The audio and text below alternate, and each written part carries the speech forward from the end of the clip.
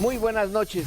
Y esto de buenas noches es un decir porque a veces son horrendas. En esta ocasión no van a tener que preguntarse o especular sobre qué vamos a tratar. Básicamente, aunque no exclusivamente, el tema de la relación con los Estados Unidos o de la relación de Estados Unidos con nosotros, con el mundo, la relación de Estados Unidos consigo mismos, Trump en el centro. Para empezar, algo de la relación bilateral y un documento, o fueron dos documentos, la Casa Blanca y los Pinos, después de varios desacuerdos públicos, dieron un comunicado señalando que se iba a negociar los temas que traen de cabeza por lo menos a los mexicanos y muy engallados a los de la Casa Blanca, eran iguales los comunicados, con una diferencia, que en el comunicado que dieron en Los Pinos se señaló que no se iba a tratar en público el tema candente del muro que los Estados Unidos piensan construir en su frontera sur y que quieren que pague México. Pero el comunicado de la Casa Blanca no lo traía. Es raro, ¿verdad? Y otro punto, a ver qué dicen ustedes de eso. Y el otro punto, cuando se señala que esto del muro y del pago se va a tratar como parte de un todo, de un conjunto de asuntos que tienen que negociar México y Estados Unidos. En mi opinión, no debe de ser parte de ninguna negociación, pero dejo que ustedes opinen y que nuestros televidentes también. Empezamos. Yo pienso igual que tú, no creo que sea una materia de negociación. El muro lo levantarán el gobierno de Trump si puede, si quiere, si le dan los fondos el gobierno o no se los dan. Entonces es un asunto totalmente de la soberanía y el territorio de los Estados Unidos y no tenemos nada que negociar. Si lo quieren cobrar indirectamente, habrán visto ustedes, así como hubo dos comunicados, ha habido como 5 posiciones diferentes sobre quién va a pagar el muro, una más absurda que la otra, tanto en términos de racionalidad económica como de racionalidad social o incluso de racionalidad legal. Entonces va desde que va a ser el dinero del narco, pues bueno, pues a lo mejor si es cierto que le van a quitar al Chapo los miles de millones de dólares que se supone que tiene y lo van a usar para el muro, pues allá ellos, o si lo van a hacer a través de un impuesto que no quisieron usar la palabra de tarifa, porque entonces va en contra de no solo del Tratado de Libre Comercio que todavía está vigente, sino de la OMC, pues que lo paguen los consumidores norteamericanos, ¿no? Entonces hay un abanico de propuestas que me demuestra que no tienen muy claro cómo cumplir la promesa de construir el muro y de dónde van a salir esos fondos. Desde luego que gracias a esta nueva invención tecnológica muy sofisticada de los hechos alternativos, desde luego que Trump hará a base de tuitazos, tratará de convencer que lo estamos pagando nosotros. Ahí no hay nada que negociar, ojalá nada más para terminar que el resto de los temas de la relación bilateral sí se traten en conjunto, ¿sí? Pero el muro, tienes toda la razón, hay que construir un muro entre la negociación de los asuntos que competen a las dos naciones de la no negociación del muro. Claramente desde que invitaron a Trump siendo candidato, se puso como, digamos, agenda de discusión un conjunto de temas y el muro estaba fuera porque había posiciones, explicó Videgaray posteriormente, irreconciliables. A ver, como en esto no nos vamos a poner de acuerdo, mejor ni lo tratamos. Después se trató en la conferencia de prensa y recordamos todo lo que ocurrió cuando él va de Trump a Arizona y dice voy a construir ese muro, que se ha convertido en términos generales en su gran promesa de campaña y que, bueno, pues naturalmente la presionará políticamente por donde pueda y el desparpajo de sus propuestas financieras ha ido, recordemos, desde confiscar parte del dinero de las remesas de los migrantes, que dicho de paso, hay que hacernos cargo de que sigue temblando la gente porque tal cosa no ha sido totalmente, digamos, desechada, hasta esto que tú decías de un arancel del 20%.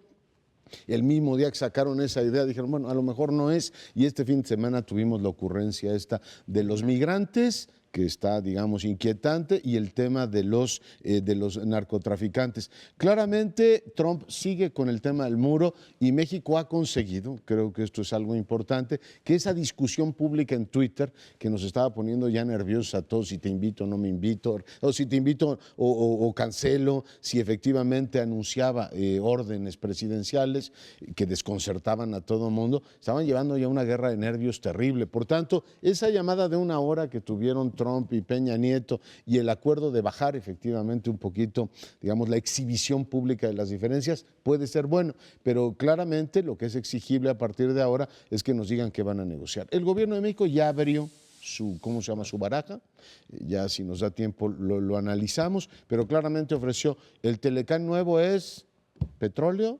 telecomunicaciones y compras electrónicas, ¿no? Sí, ya abrió, no sabemos qué quiere Estados Unidos, pero bueno, es uno de los temas que en las próximas semanas, o a lo mejor horas, Trump saca otro tuitazo y nos dice, yo pretendo esto.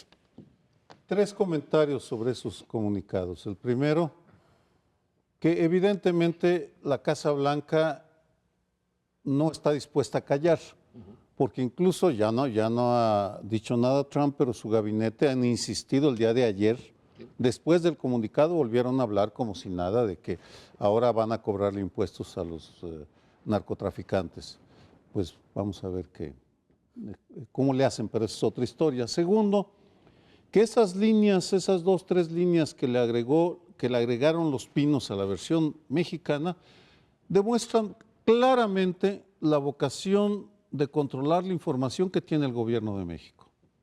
No es solo la censura, sino es el controlar la historia.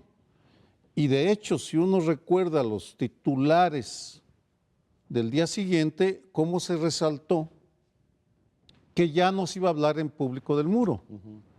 Súbitamente se le concedía a Enrique Peña Nieto el mérito de haber logrado callar a Trump en ese tema, lo cual resultó no ser cierto, vamos, porque ya están hablando otra vez. Pero de lo que no hay ninguna duda es que este gobierno supone, muy al estilo Estado de México o Grupo Atlacomulco, de que si controlan a los medios, controlan la realidad, lo cual pues ya sabemos que es falso porque la información es imposible que deje de fluir. Y en ese sentido, y finalmente, el tema de la unidad. Bastaron esas líneas para que se despertara un coro llamándonos a la unidad, no a la unidad en torno a un programa, no, a la unidad en torno a un presidente, que es muy diferente, y a un gobierno.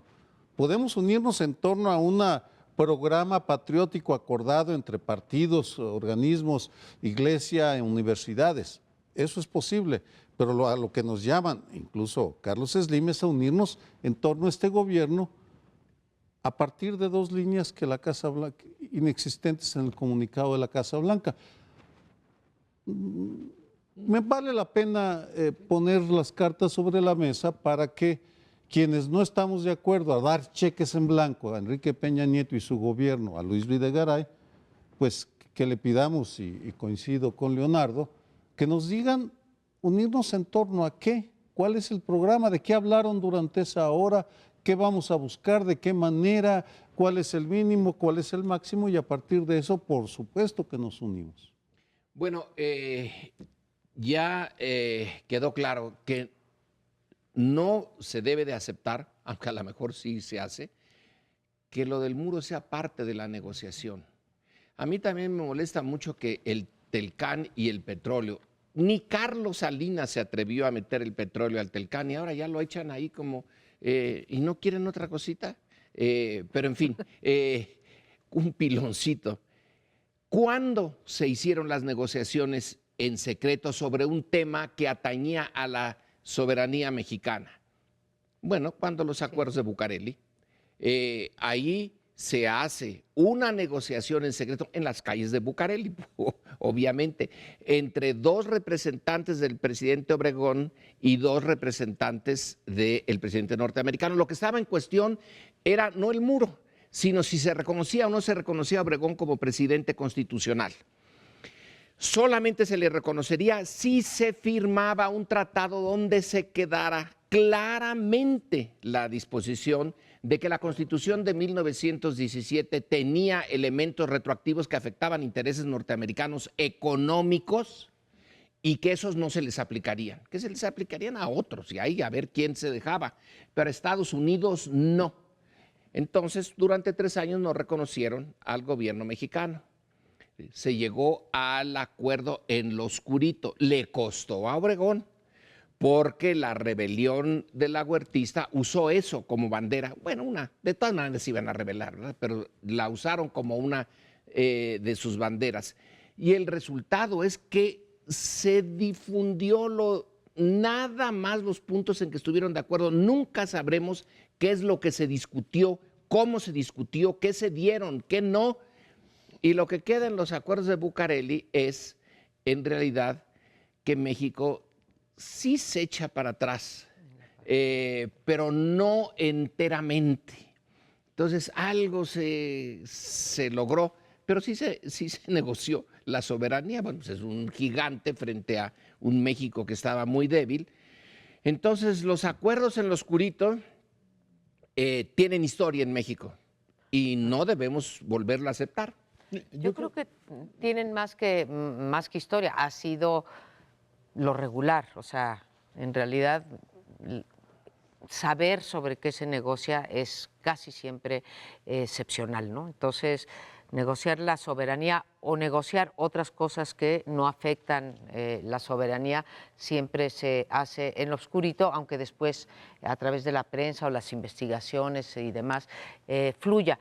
Yo estoy convencida de que negociarán en lo oscurito, como se negoció el TLC. El TLC también se negoció en lo oscurito. Ahora, ¿qué temas? Ahí sí no somos hoy el mismo país que en 17, tenemos una prensa más libre, tenemos una sociedad más activa, tenemos empresarios que a veces toman posiciones más progresistas, pero si van a entrar, como abrió la baraja, Leonardo, estos nuevos 3 temas al TLC, yo creo que ya se comentó cuando Salinas negoció el Telecán originalmente, y la migración no va a entrar ahí.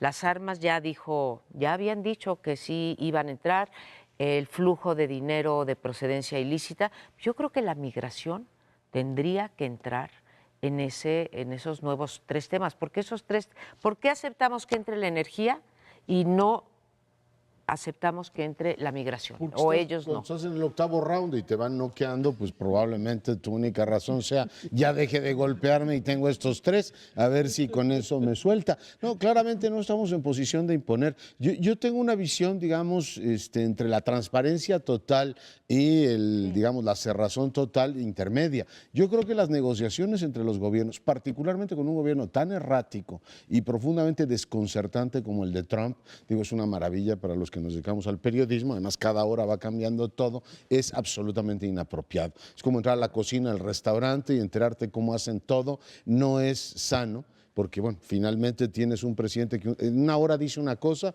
después otra, y sí creo que hace falta tener una visión más compleja de un proceso que no ha hecho más que empezar, ¿no? Es decir, del gobierno de Trump, la administración Trump todavía no toma posesión como tal y tiene un desorden administrativo terrible. Por tanto, irse pronunciando sobre ese mismo desorden es desconcertante y en muchos sentidos no creo que sea conveniente para el tipo de cambio que nos pega a todos y el interés nacional. Pero en el caso de México ya podrían haber empezado a hacer o tener un montón de iniciativas. Menciono una, buscar solidaridad activamente en otros países, porque están muy reactivos. En el caso de Netanyahu, sí, dijeron que no era aceptable su tuit, pero no han salido a buscar la solidaridad, nuestro gobierno. No las han dado. Lo que ha venido es porque la buena voluntad de Evo Morales y algunos más. Creo que se nos acabó el tiempo, pero no nos deje, vamos a seguir sobre esto. Espérenos un ratito, un corte y regresamos. Bueno, y como ya decía Lorenzo, seguimos con el tema del señor Trump. Híjole, no sé por qué me cuesta tanto trabajo decirle al presidente Trump, me niego. Con el señor Trump, ahora desde una perspectiva de Trump y el mundo, Trump y la globalización.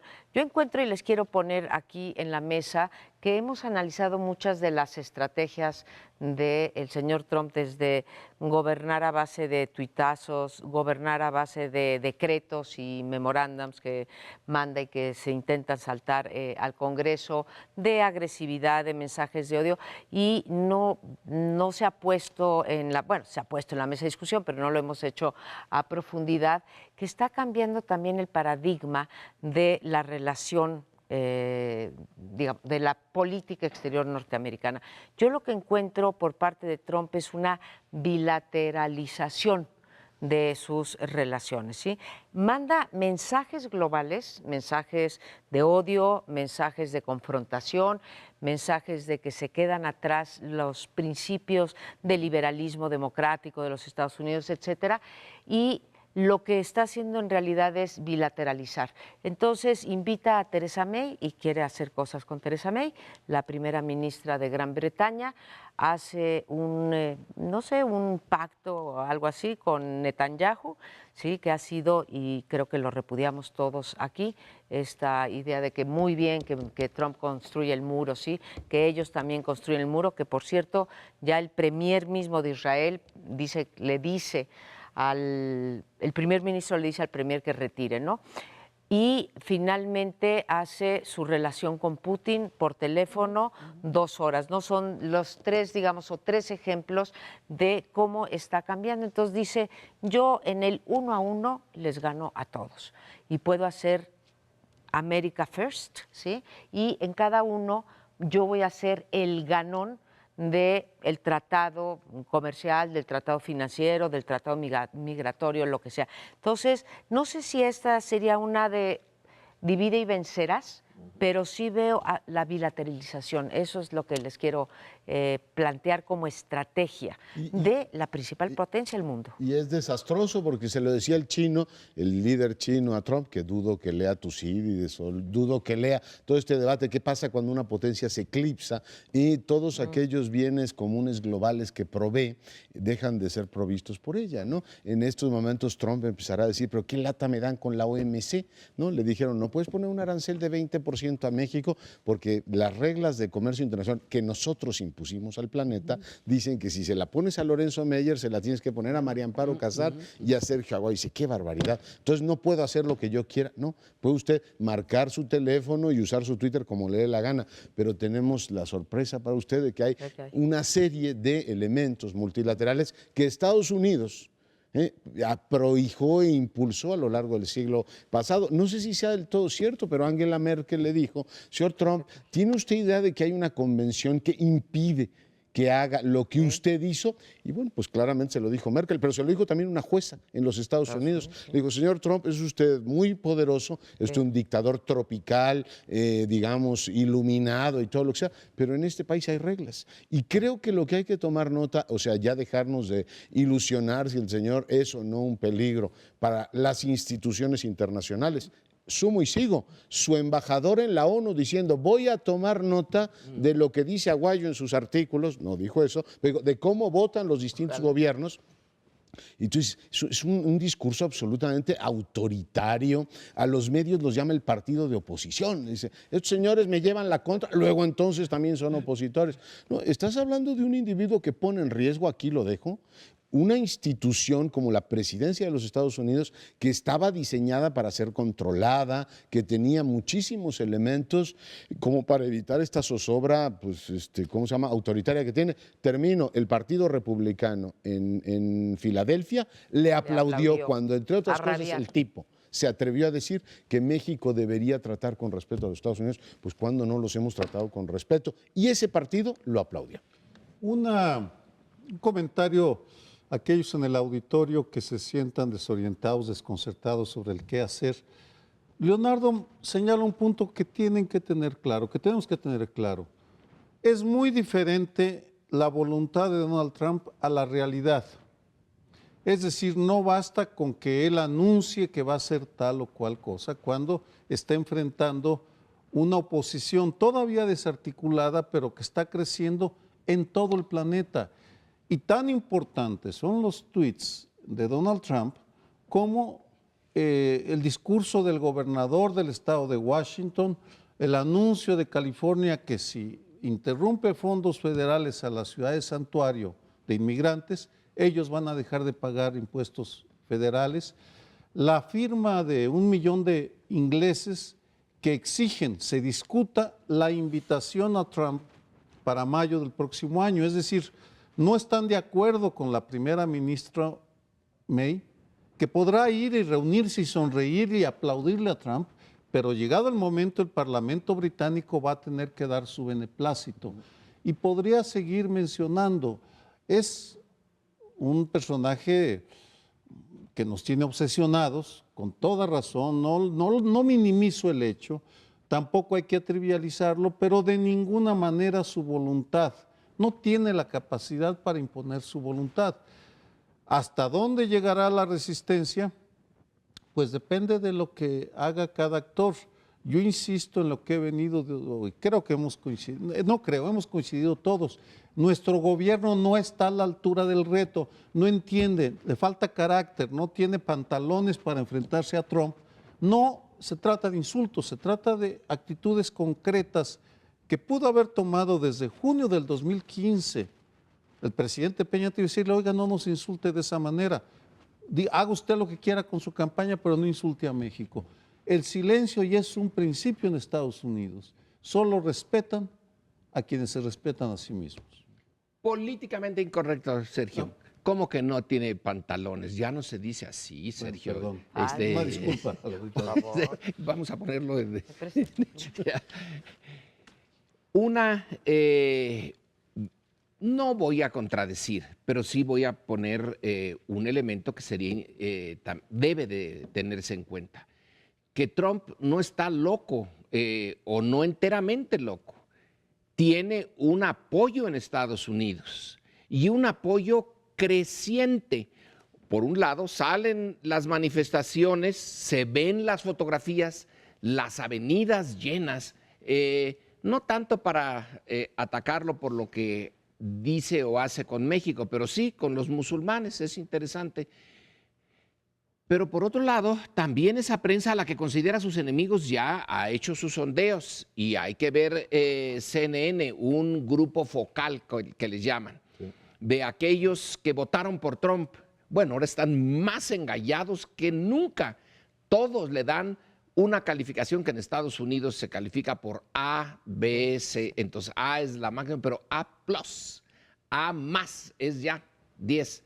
Pues le dan entre A y A10 en un pequeño grupo que CNN, creo que fue el viernes o el sábado pasado, lo estuvo presentando y dan sus razones. Ellos están de acuerdo con que así debe de ser.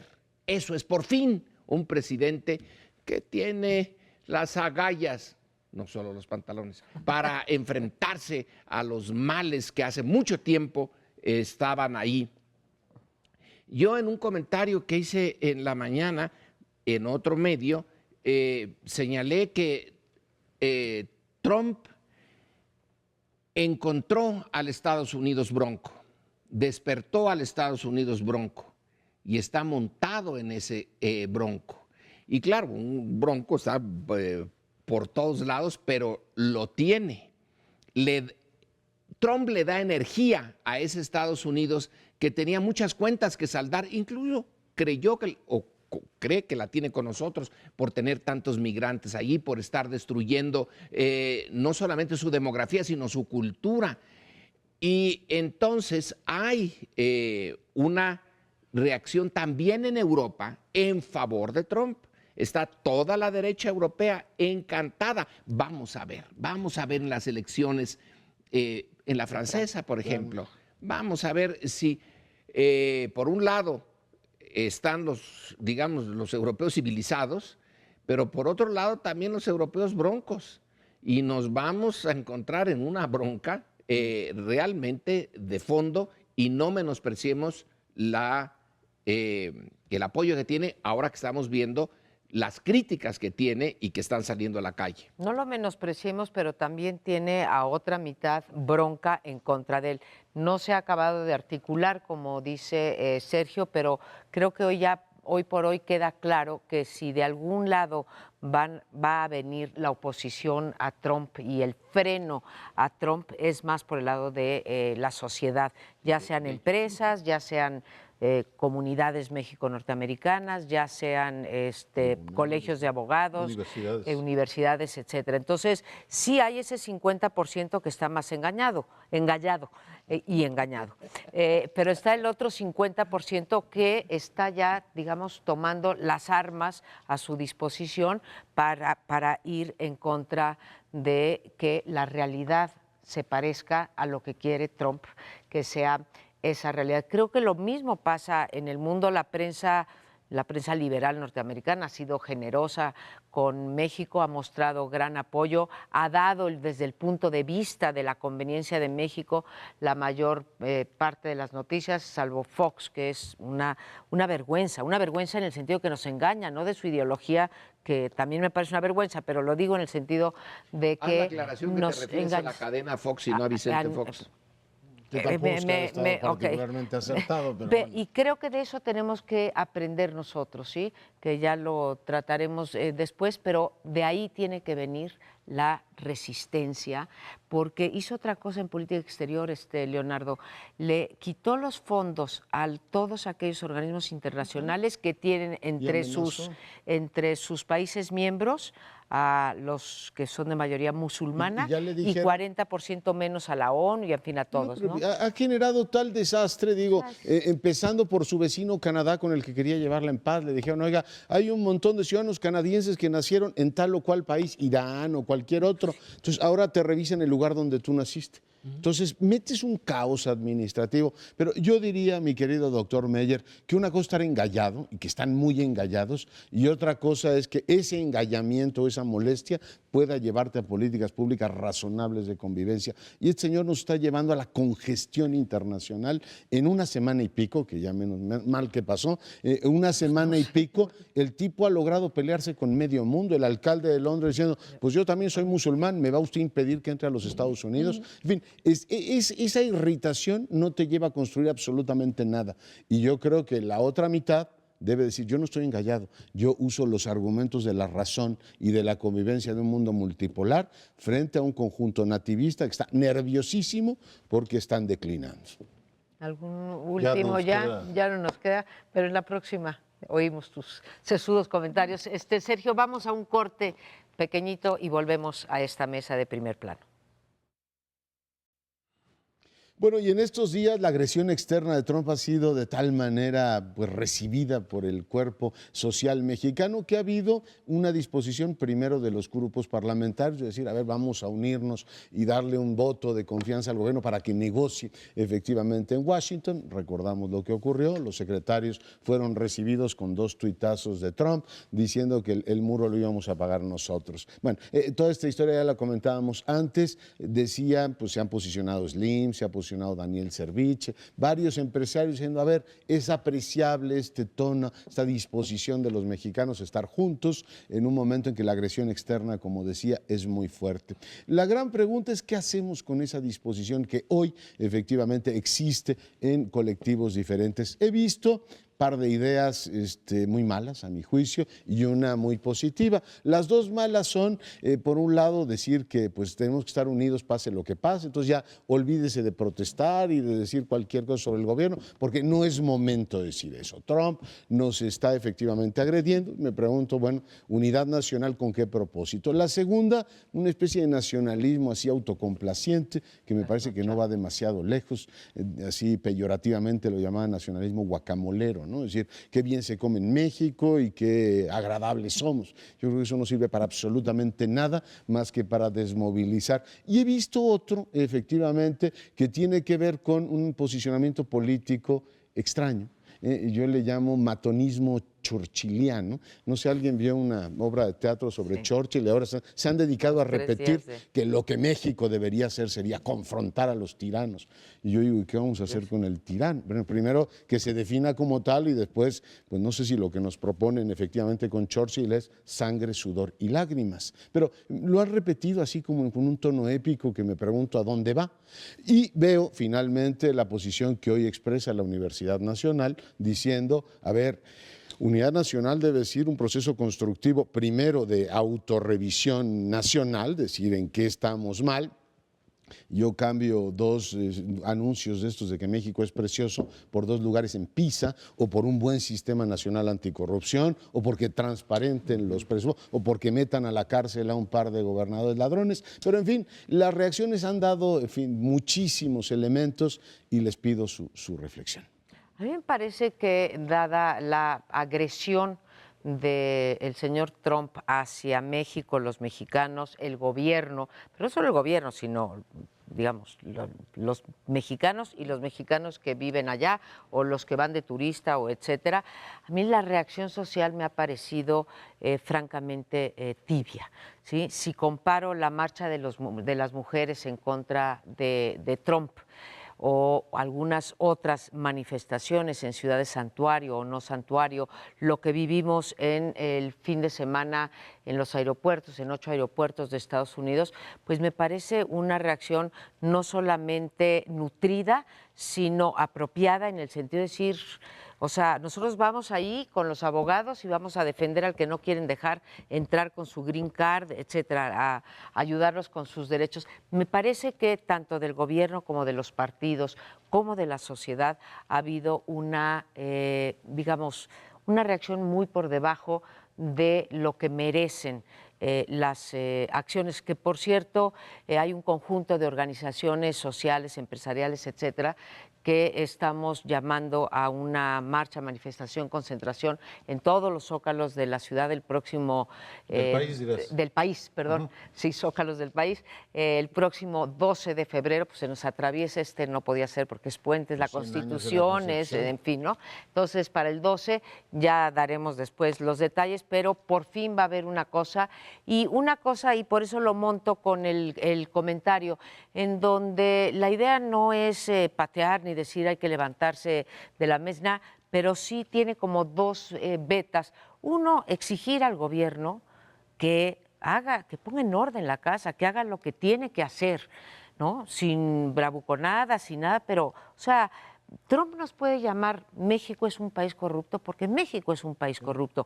No nos puede decir que los migrantes son violadores, criminales, etcétera, porque le puedo sacar la estadística de que no son en México cuando no ha pasado un terrorista, pero no le puedo decir que no somos impunes. Entonces, por un lado, sí, mostrar el repudio, ¿sí?, el rechazo a las medidas en contra de México, pero otro lado también exigirle al gobierno que lo haga. Pero creo que la reacción sí ha estado por debajo del insulto y de las medidas contrarias a nuestro país. Probablemente sí ha estado por debajo, pero también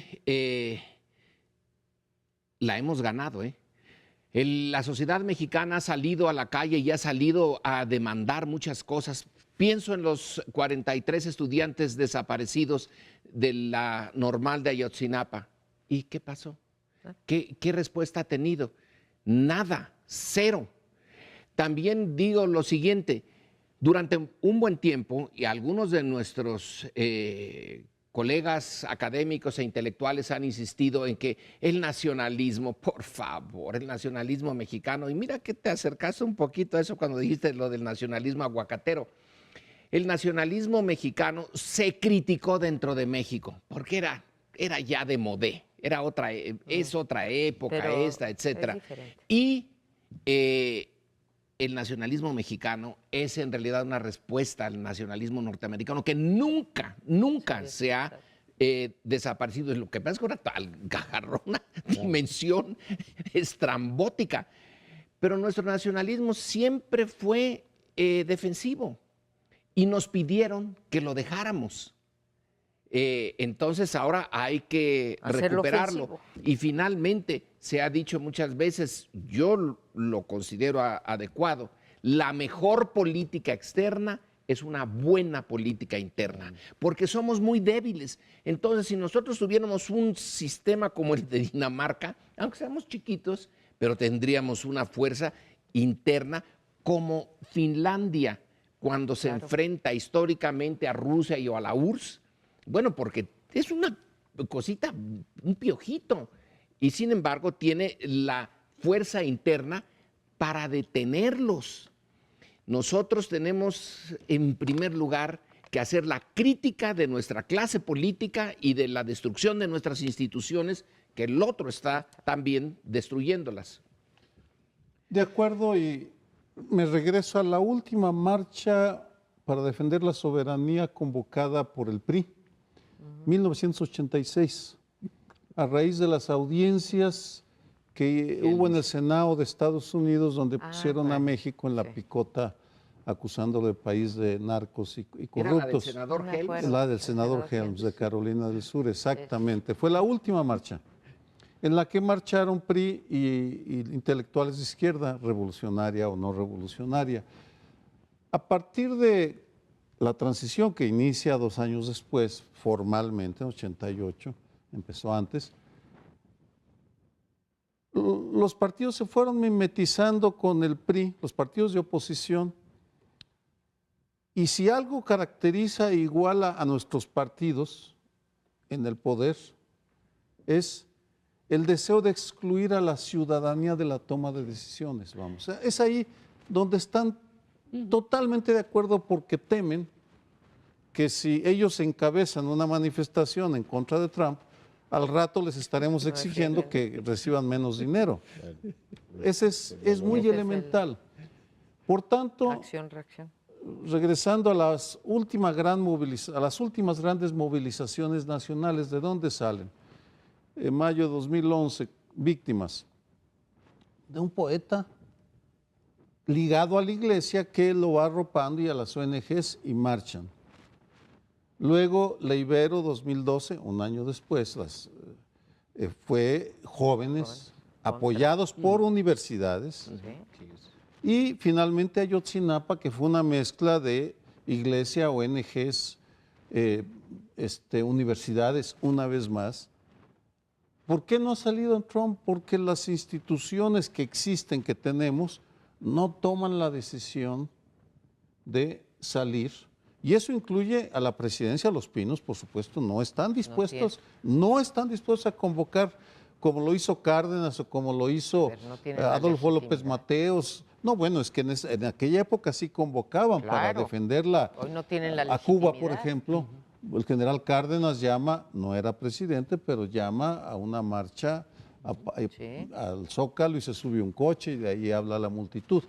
No me imagino a Enrique Peña Nieto llamando, ni mucho menos a los partidos políticos. Han declarado, pero no han actuado. Es gran verdad. Yo lo que siento es que todavía no hay un propósito nacional definido para que se dé esa movilización. Esa movilización debió haberse dado hace mucho tiempo, cuando este señor, siendo candidato, se expresaba de la manera en que se expresó. Vimos cuando lo invitaron que el 88% de los compatriotas consideró eso un gravísimo error político y una ofensa. Creo que hay también movilizaciones en redes y en opinión que cuentan tanto. No descalifico las concentraciones en zócalos, pero esa reacción se debió haber dado antes, ¿no?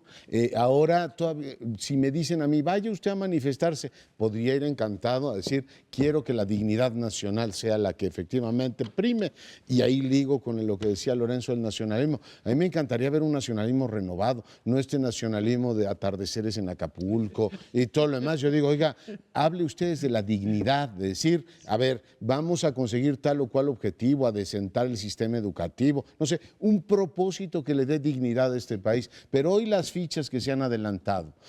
Para negociar el futuro con los Estados Unidos, no sé si sean las mejores. Negociar telecomunicaciones, petróleo y todo lo demás, no lo sé. Meternos a una discusión de si vamos a pagar o no efectivamente el muro, parece absolutamente inconveniente. Pero no estamos diciendo cuál es el papel de México en todo esto. No tenemos apoyos latinoamericanos. El presidente decidió no ir a CELAC.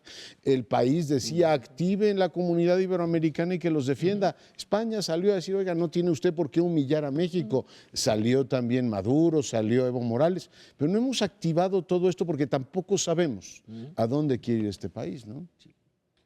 Pues aprovecho, quedan unos segundos que se quedaron flotando en el aire.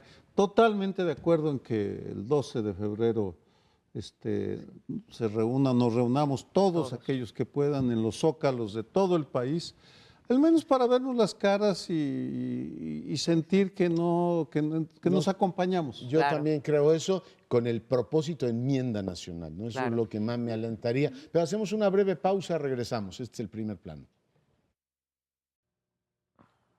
En este último bloque vamos a hablar de nombramientos. Yo me voy a referir a uno que fue el que generó el tema que vamos a abordar. Hace años fui integrante de la Junta de Gobierno del Instituto Nacional de Salud Pública, que es un buen instituto de investigación, genera información sobre diabetes, los males de comer chicharrones y sabritas y refrescos, en fin, cosas que a veces no gustan mucho a algunas empresas.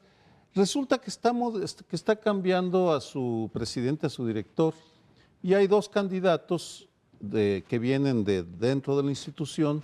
No los voy a mencionar porque no es mi propósito meterme en las decisiones de la Junta de Gobierno, pero faltando unos minutos para que se cerrara la convocatoria, se inscribe el subsecretario de Salud, Pablo Curi, que ha despertado una ola de inquietud por varias razones. Primero, porque no tiene el doctorado en una institución de investigación en la cual un requisito para ser aceptado es tener el doctorado.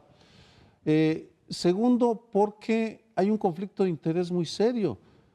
El Instituto Nacional de Salud Pública depende de la Secretaría de Salud. Es decir, ¿cómo puede ser candidato? Y no ha renunciado Curi, por cierto, sigue siendo subsecretario de Salud, lo cual pues genera ahí cierta incomodidad. Y yo añado otra inquietud a esta situación tan peculiar. José Narro yo lo considero un buen rector del UNAM y recuerdo cómo defendía a los institutos de investigación. ¿Cómo es que ahora, siendo secretario de Salud, acepta esta situación tan absolutamente irregular? La única interpretación que tengo es que recibió instrucciones de Los Pinos, como ya ha pasado en el Colegio de México, ya se nos quisieron meter Los Pinos. Les encanta nombrar a sus cuates para cargos para los cuales no están capacitados, vamos, porque si eligieran bien, uno diría, pues qué iluminados, qué ilustración, gracias Los Pinos por haber seleccionado a fulano sutano para ocupar este cargo, no hay mejor. Pues no, mandan a sus cuates.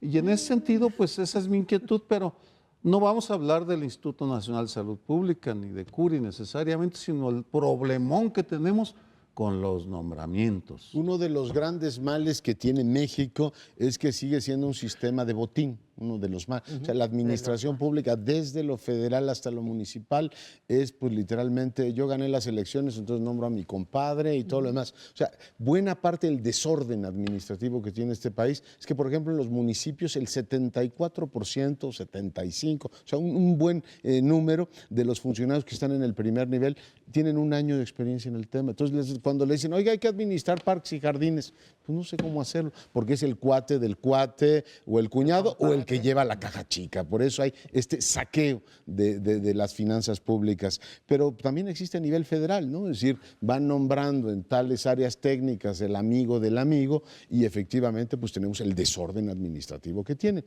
Cuando ustedes viajan al extranjero y dicen en las universidades a las que van, oye, en México el sistema sigue siendo de botín, o sea, no hay un sistema profesional para administrar la cosa pública, no te creen. Dice, oiga, la economía número 14 del planeta reparte los cargos así, pues sí, así lo reparte. El director nacional de áreas protegidas es un político. Dirá, ¿qué sabe del tema? No importa, pero es un político. Pero bueno, haciéndome cargo de la gravedad que tiene este problema, que me sorprende que no se toma como una prioridad absoluta de la democracia mexicana. No funciona porque no hay administración pública. Había ciertos, digamos, ínsulas profesionalizadas en el Estado, ¿no? Es decir, a ver, vamos le dando autonomía para que funcionen apropiadamente y alejemos ese sistema de botín que tanto daño ha hecho al país, y me aterra, por supuesto, que ocurra esto. Hago votos para que toda esta parte que hemos logrado sacar de la lógica del botín político no se contamine, y expreso mi idea, a ver si se conjura, de que en el Banco de México no nombren a un amigo, ¿no? Que digan, bueno, pues como ha funcionado bien el banco, vamos a nombrar a un politicastro de estos, como lo han nombrado en muchos cuerpos, y le vayan quitando esta aura de confiabilidad y de institución de Estado que ha tenido. Un peligro enorme, ¿eh? ¿No? Claro, la Suprema Corte, por ejemplo, es un caso en donde algunos de los candidatos son buenos candidatos cuando se deja al sistema operar dentro de sus reglas y de repente te ponen a alguien que ni por aquí se le había pasado ni a los de la Suprema Corte, ni a nadie en el público, y pácate la sale como magistrado, o al IFE. El IFE debió de haber, empezó también, tenía un buen sello, ciudadanos, consejeros ciudadanos, bueno, todos tenían desde el principio sus, digamos, preferencias. Así, independientes, lo que se llama independientes, no. Pero daban más o menos... Tenían solvencia técnica. ¿No? Sí, tenían solvencia técnica. Eso ya se echó a perder, y luego los IFITOS, que ya no es IFE, sino INITOS, estatales, bueno, ahí la cosa es peor. Entonces, esto que pone Sergio sobre la mesa es uno de esos males. En el segmento anterior decíamos, una buena política interna es la mejor política internacional. Pues estos son los temas de política interna que de manera indirecta nos llevarían a una fortaleza frente a la brutalidad que se nos viene ahora. Pero si así lo hacemos, estamos viendo, como quien dice, la rogación, y no nos hincamos y nos seguimos en eso, pues... Creo que la política de nombramientos ha sido siempre un problema en México. Digo, acordémonos de políticos mexicanos que han llegado a ocupar hasta 5 carteras tan disímbolas como... Nombres. No, por ejemplo, incluso Porfirio Muñoz Ledo, pienso, ¿no? Sí. Que fue desde el líder del partido, lo considero una cartera también, ¿eh? Sí. Desde el líder del partido hasta secretario de Educación, pasando por, ¿fue Pemex? O, bueno, pasando por trabajo, pasando por educación, o sea, todo, ¿no? Entonces, hemos abusado en todos los países, digo, veamos ahorita los nombramientos de Trump, ¿no? Como decía algún periódico, pues digo, juntos. Andrade, ¿no? Ahora voy, por eso, cuando tú dijiste, bueno, nada más digo lo de los norteamericanos, pues digo, suman juntos algo así como 14% del PIB, no es cierto, como 9, pero 9% del PIB, claro, ahí tienen la cosa de que el Senado los puede frenar, vamos a ver qué pasa con los poquitos que faltan. Pero cuando decía, yo creo que de los más importantes, aunque quiero mencionar otro, es lo que decía Leonardo. Es decir, yo espero, sí, que en el Banco de México no nombren a un cuate, porque en otras instituciones bancarias, siento, pero lo tenemos que decir, en Bansefi, sí, que es una institución muy importante, pues acaban de nombrar a Virgilio Andrade, que hasta donde yo sepa no tiene ninguna, digamos, credencial en términos de economista, financiero, director de un banco, nada. Entonces, sí me preocupa. La otra es que el 15 de febrero ya viene lo del fiscal anticorrupción. Y bueno, vienen otros 6 nombramientos. Felicidades hoy a los 5 ciudadanos que fueron nombrados ciudadanos para el Comité Ciudadano Anticorrupción. Una felicitación muy grata, fue un procedimiento realmente apartidista y con un profesionalismo que creo que es de congratularlos. Pero vienen estos y puede venir un cuate en la Fiscalía Anticorrupción, puede venir un cuate en la Fiscalía General, después de Raúl Cervantes, puede venir un cuate en los 3 del Tribunal Administrativo, que va a ser importantísimo, viene el INAI, o sea, todo el sistema anticorrupción en algún sentido pende de los nombramientos, porque ya sabemos que en este país las reglas no son suficientes. Yo quisiera nada más de establecer una diferencia, que haya señores que ocupan carteras ministeriales diferentes de trabajo, educación, todo lo demás, yo eso no lo veo tan preocupante. La parte que me preocupa enormemente es que las funciones técnicas del Estado se vayan, digamos, negociando Tienes políticamente. O sea, yo digo que el señor que se ocupa de del espacio aéreo de la Ciudad de México, pues no debería ser un político. El que ve las áreas protegidas no debería ser un político. El que reparte vacunas. O sea, hay una parte del Estado que no puedes prostituir, como han prostituido los gobiernos locales, una parte del gobierno federal y los gobiernos municipales, es decir, nos lo repartimos todo para los cuates. Yo establecería esa diferencia. Pues cierro con una visión panorámica del gobierno de Peña Nieto, para no meterme en otros. Empezó bien, razonablemente bien en algunas áreas, en la que yo estudio de seguridad. Hizo buenos nombramientos, pero luego algo sucedió que empezó a nombrar sus cuates. Recuerdo como ejemplo la Subsecretaría de Prevención de Gobernación, a la que canalizaron fortunas. Ahora está en ceros. Cero. En cero, no tiene presupuesto. Bueno, empezó con Campa y terminó con Arturo Escobar. Arturo Escobar, un presunto delincuente electoral del Verde que no tenía ni la más remota idea de prevención, salvo lo que el Verde es bueno prevenir, vivir en el desamparo presupuestario. Es una tragedia y para ligarlo con esos llamados a la unidad, no podemos estar unidos en torno a un gobierno que no empieza a mostrar signos de propósitos de enmienda. Voy a modificar el término, al menos propósitos de enmienda, pero terminamos, nos veremos la próxima semana.